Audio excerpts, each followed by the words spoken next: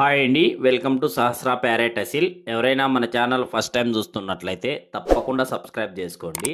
అలాగే ఈరోజు మన ఛానల్లో top quality parrot beak long tail గల ఒక రింగ్ నోస్ సంబంధించిన ఒక వైట్ పుంజుపిల్ల అయితే సేల్కి అయితే రావడం అయితే జరిగింది.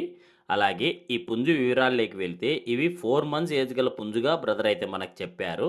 వెయిట్ వచ్చేసి 1.5 కిలో వరకు వెయిట్ ఉంటుందని అయితే చెప్పడం అయితే జరిగింది.